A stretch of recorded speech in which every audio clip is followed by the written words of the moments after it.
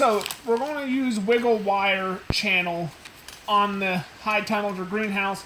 It is about the best way I know of to attach your plastic on something like this. It just really is a great product. And there's lots of brands of it. So what you want to do, there's a couple things you should know when you put it on, is you do want to be careful because it will tear your plastic.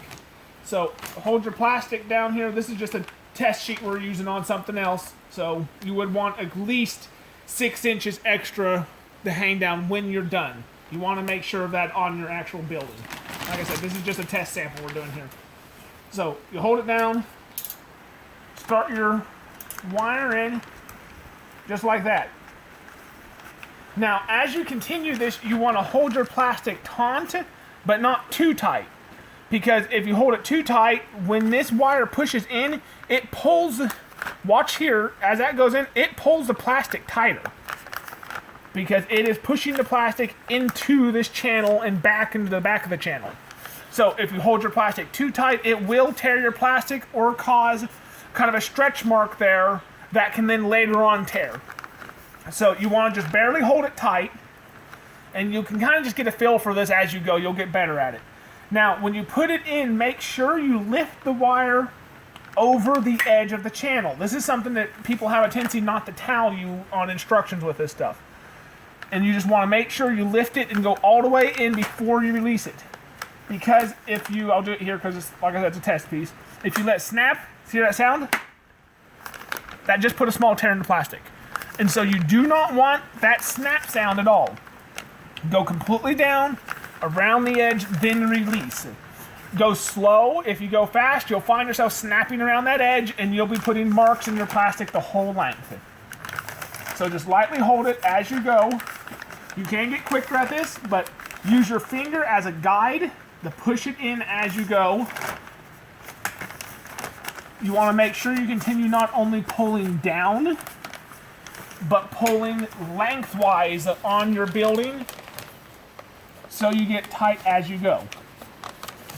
And then on these ends here, these can get hard to push in. Be careful not to cut yourself. Those can be a little sharp. So I use a pair of needle nose or a thinner nose plier, and then I lift it. Whoops. See, that can happen too. You don't want to pull out too far.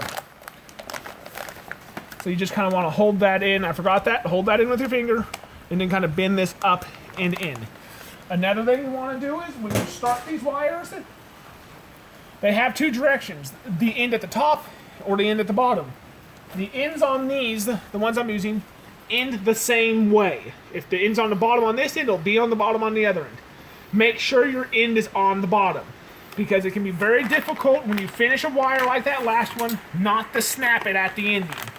So make sure the end's down, so that way if it does snap, you're just going to put a crease or a small tear in the tail end of the plastic, and it will not matter.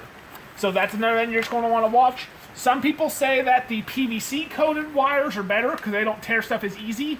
I've never used them, I don't know. I've had no trouble with these as long as I'm careful, go slow, and pay attention. This is a spring wire, so when you cut it, you can't just use pliers or anything like that.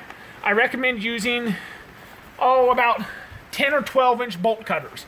Those work really well to cut it. Make sure you're wearing safety glasses, because when you cut it, it will spring and they will pop off and fly. And so be very careful with that and watch for sharp edges again. And when you cut it, don't cut it in the middle of the cross section here. Cut it here. So that way when this goes in, it'll set about like that, and the point will be away from your plastic, and it won't tear and it won't catch. You're better off to come up an inch short on the end of your run than you are to have an end that might start a tear later on. So you just hold this tight and keep going, and like I said, you'll get a feel for it as you go. It's really pretty easy. And it is far easier than using boards and nail strips or anything like that. Okay, so just continue this on both ends of your high tunnel.